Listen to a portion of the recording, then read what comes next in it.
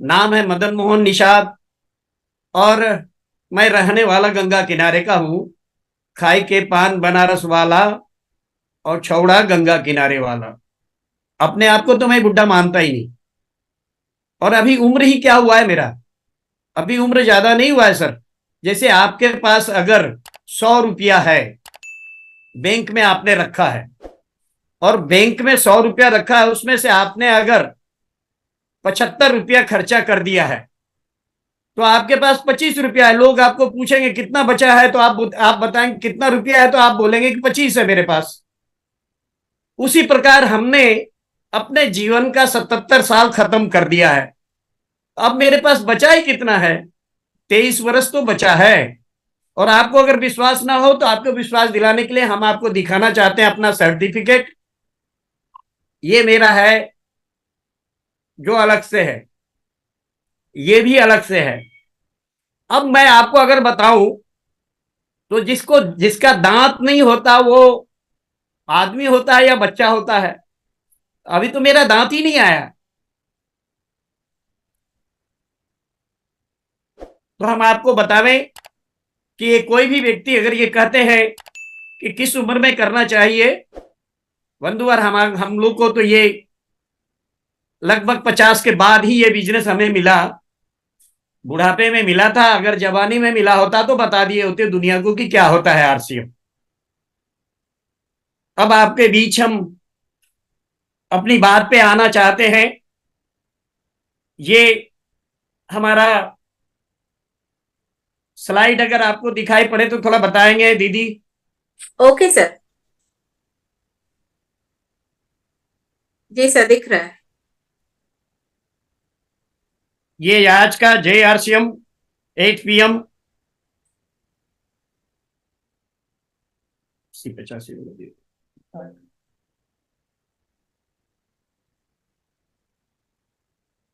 आवाज में तो आज कोई बाधा नहीं है। आज आवाज साफ मिल रही है। सर बहुत बढ़िया आपकी आवाज आ रही है और ये स्क्रीन भी दिख रही है। ये जी। आपके सामने जो स्क्रीन आया, इसमें आप दो देख रहे होंगे। एक तरफ अपने देश का 85% है, जिसे ना अच्छा कपड़ा मिलता है, ना अच्छा भोजन मिलता है, ना रहने का आवास है, ना कोई सुविधा है, जिसे हम कहते हैं कस्टमर। क्योंकि इसे इसलिए हम कस्टमर कहते हैं, क्योंकि ये खरीदता है, इसलिए इसको हम कहते हैं कस्टमर।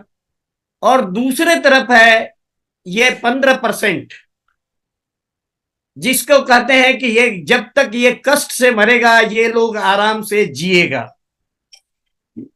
और इस कष्ट से मरने वाले 85% का नाम हमने रखा है भारत। और इसीलिए हमारे श्रद्धेय देश को बदलने वाले इन्होंने नारा दिया है कि ये जो भारत है, इस भारत को, ये पुराने भारत को बदलना है और नए नए भारत का निर्माण करना है। उस नए भारत के निर्माण के हम सभी सिपाही हैं। और सिपाही को जो आदेश होता है उसमें वो लग जाता है। ये 15% वाले का नाम हमने इंडिया रखा है। देश आजाद हुआ 47 में। इंडिया को शरीर के साथ पैसे की आजादी मिली, किंतु भारत को केवल शरीर की आजादी मिली, पैसे की आजादी नहीं मिली। इसलिए हमारे आदरणीय टीसी जी को अपना नारा देना पड़ा कि आर्थिक आजादी का मिशन। क्योंकि ये जो भारत है 85% आज भी 75 वर्ष देश आजाद होने के बाद भी आर्थिक गुलामी में जी रहा है। अगर बच्चे को पढ़ाई की फीस चाहिए तो उसे सोचना पड़ता है, माँ बाप का दवाई चाहिए तो उसे सोचना पड़ता है। प्रतिदिन का ये जिंदगी उसका गुजरता है। ये भारत है। और इस भारत को अपने को निर्माण करना है। तो ये जो कस्टमर है, जो खरीदता है, वो कौन कौन है, वो हम आपको दिखाना चाहते हैं। ये पहला है, ये पहला जो है वो है लेबर क्लास, जिसको कहते हैं। ये पहले देख लें आप कि ये 15% वाले क्या करते हैं, 1 2 का 4 करते हैं, और कभी 4 2 का 1 करते हैं। और इसी में हमारा समाज भारत जो है उलझा हुआ रहता है, इस इंडिया के चक्कर में फंस के आज तक इसे बहुत जिल्लत की जिंदगी जीनी पड़ रही है। इसी से मुक्ति तो आरसीएम दिलाने का ठेका लिया है और उसी में हम सबको तो जूझना है। इस देश को नए भारत का निर्माण करना है।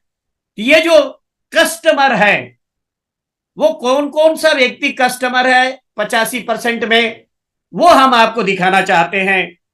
पहला है लेबर, जो मजदूरी करता है। ये इसकी हालत सुधरती क्यों नहीं है? क्यों ये लेबर सब दिन लेबर रहता है? एक तो पहला सबसे बड़ा गलती इसकी है कि इसकी सोच बदलने की जरूरत है। अगर ये सोच नहीं बदलेगा तो सितारा कैसे बदलेगा? ये जो लेबर है ये 8 घंटा काम करता है। ये सारे जो परिवर्तन है वो इसी पे ध्यान लगाने से होगा, क्योंकि ये 8 घंटे के बाद अपने आप को रेस्ट आवर में लेके चले जाता है। फिर काम करने को इसका जी नहीं करता है, ये काम भी नहीं करना चाहता है, तो ये काम भी कम करता है, 8 घंटा करता है। दूसरा, इसकी पूंजी भी कम लगती है। लेबर का हथियार ही क्या है? टोकरी, कुदाली, खुरपी, और इसमें जो उसका पूंजी लगता है वो बहुत कम लगता है। 500 से 1000 रुपए के बीच ये पूंजी लगा सकता है और इसके पास पूंजी है ही नहीं। और तीसरा, इसीलिए इसकी मजदूरी, इसकी इनकम जो होती है वो 2-4-500 के बीच ही फंसा रह जाता है और इसकी जिंदगी कष्ट में गुजरती है, क्योंकि ये कमा करके लेबर जब पैसा लेके जाता है तो खरीदता है, और जहां खरीदने जाता है वो इसका नाम रखा है कष्ट मर, क्योंकि जब तक ये कष्ट से मरेगा तभी वो आराम से जिएगा। और दूसरा कस्टमर कौन है वो आपके सामने हम रखना चाहते हैं। दूसरा कस्टमर है हमारा किसान। आज ये कृषि प्रधान देश है, 80% भारतवर्ष के लोग किसान हैं। लेकिन आपने देखा होगा, पिछले दिन आपको मिला होगा, किसी दिल्ली के दहलीज पे 165 दिन तक इन किसानों को भूखे धरना पे बैठना पड़ा। क्या मांग था? क्या हमें उचित मूल्य दे दो। जो हमारी लागत मूल्य है, जो हमें फसल में लगाने में जो खर्च आता है, यही एक मेन कारण है किसान के गरीबी का, कि ये अपना फसल तो उपजाता है, उसमें सब कुछ लगाता है, लेकिन ये उसका मालिक नहीं बन पाता है। फसल वो उपजाता है, दाम कोई और लगाता है। इस जो किसान है यही भारत है, और इसका दाम कोई और लगाता है। कौन लगाता है? ये इंडिया वाले 15% वाले लगाते हैं।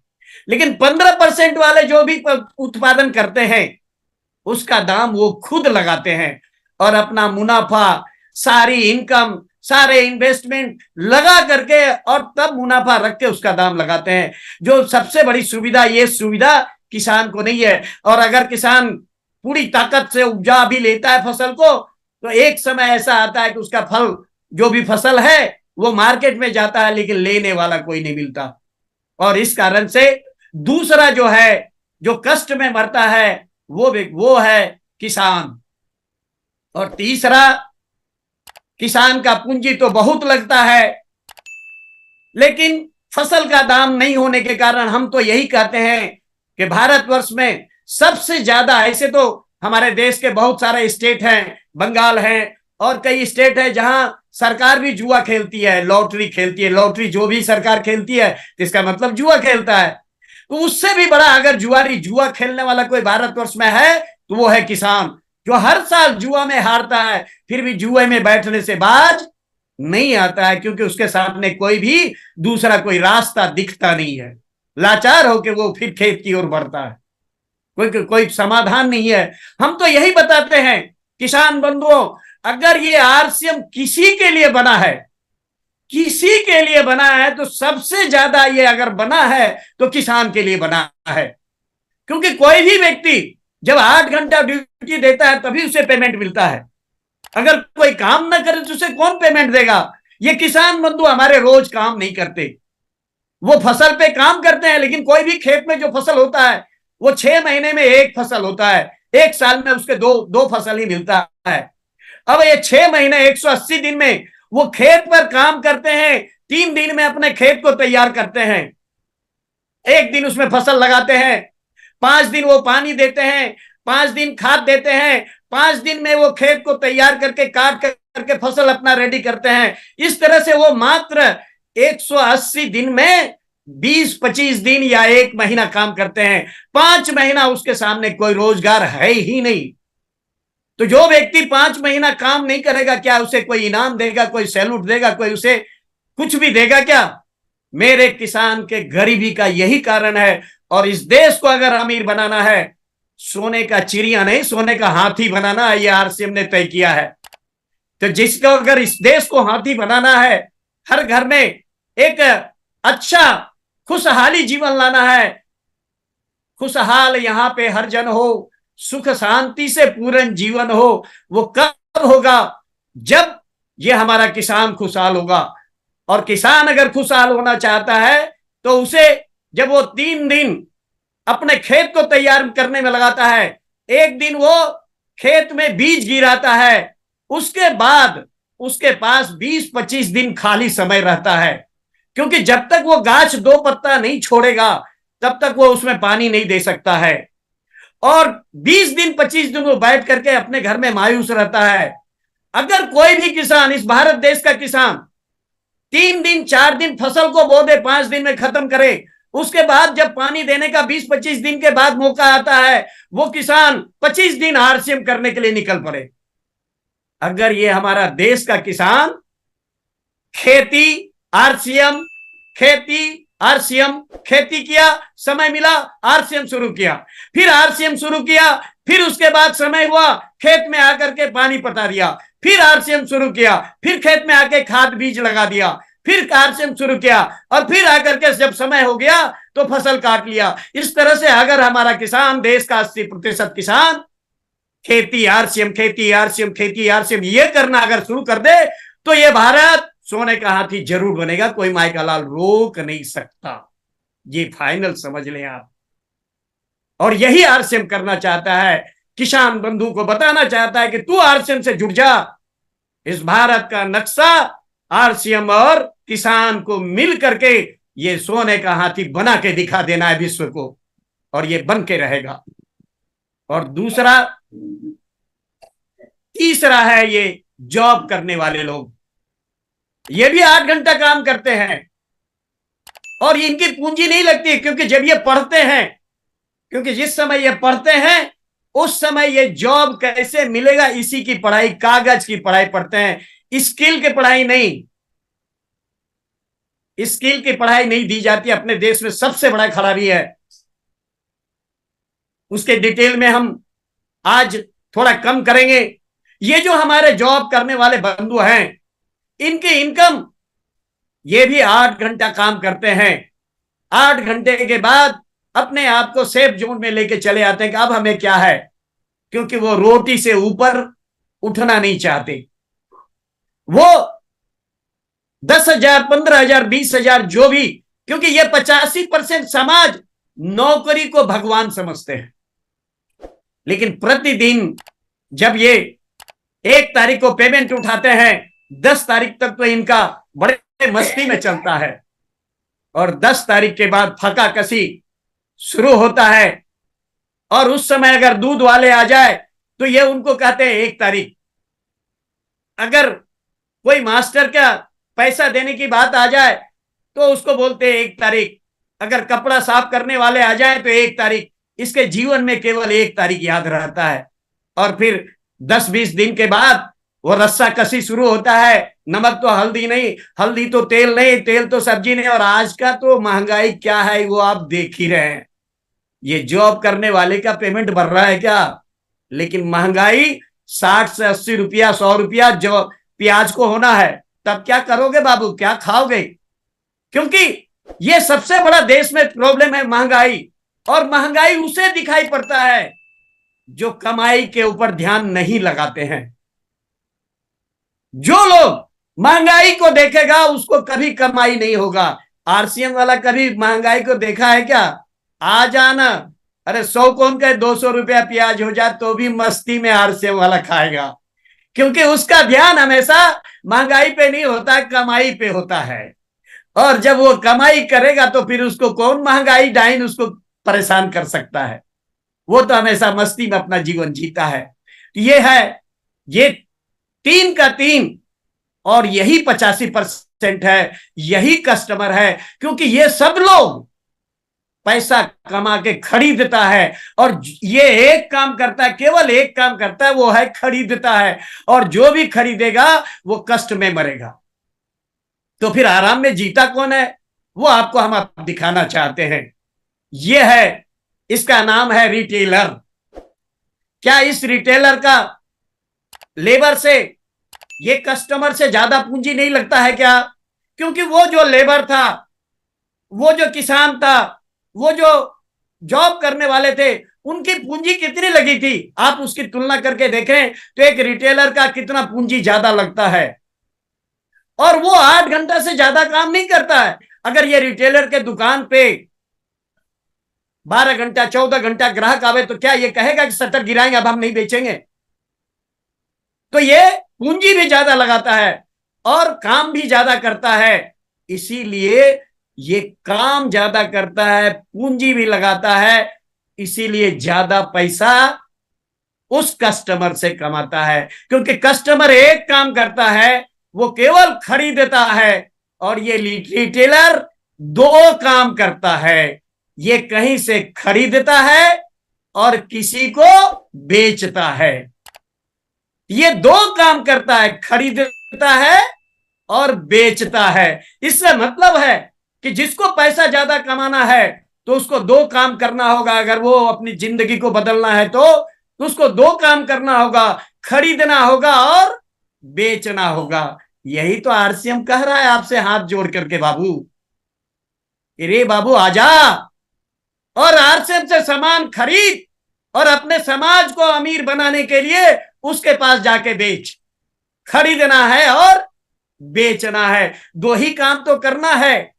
और ये 2 काम करता है रिटेलर, इसीलिए वो कस्टमर से ज्यादा कमाता है। अब आपके सामने आ रहा है जो इससे भी ज्यादा कमाता है, उसका नाम है होलसेलर। ये कस्टमर, होलसेलर, इससे ज्यादा कमाता है। क्यों ज्यादा कमाता है? क्योंकि ये पूंजी भी उससे ज्यादा लगाता है और उससे ज्यादा दिमाग लगाता है, और ये काम भी ज्यादा करता है। देखने में लगता है कि आराम कर रहा है, लेकिन इसकी खोपड़ी हमेशा, इसका मस्तिष्क चलता रहता है। और ये होलसेलर रिटेलर से इसलिए ज्यादा कमाता है क्योंकि रिटेलर के पास जो भी ग्राहक है, जो भी कस्टमर है, उस फिक्स नहीं है। आज कोई ग्राहक आया तो कल आएगा, इसकी कोई गारंटी नहीं है। वो 2 ही काम करता है। लेकिन ये होलसेलर 3 काम करता है। वो ये भी सामान खरीदता है और बेचता है। ये सबको, कस्टमर को नहीं बेचता है, ये जब भी बेचता है रिटेलर को बेचता है। और जितने रिटेलर को ये बेचता है वो सारे रिटेलर इसके नेटवर्क में रहता है। ये सारे रिटेलर का नेटवर्क बना के रखता है। ये 3 काम करता है, खरीदता है, बेचता है, और जिसको बेचता है उसी का नेटवर्क बना लेता है। तो आरसीएम में हमारे टीसी सर जी तो यही आपको रोज सुबह सुबह बताते हैं कि आजा, खरीदना शुरू कर आरसीएम से, लोगों के बीच बेचना शुरू कर, और जिसको आरसीएम का सामान बेच रहा है उसी का नेटवर्क बना ले। तो अगर ये 3 काम आरसीएम वाले सभी लोग करेंगे तो ये होलसेलर हो सकता है, उसकी कमाई इतनी हो सकती है। क्या आरसीएम वाले की कमाई नहीं हो सकती है क्या?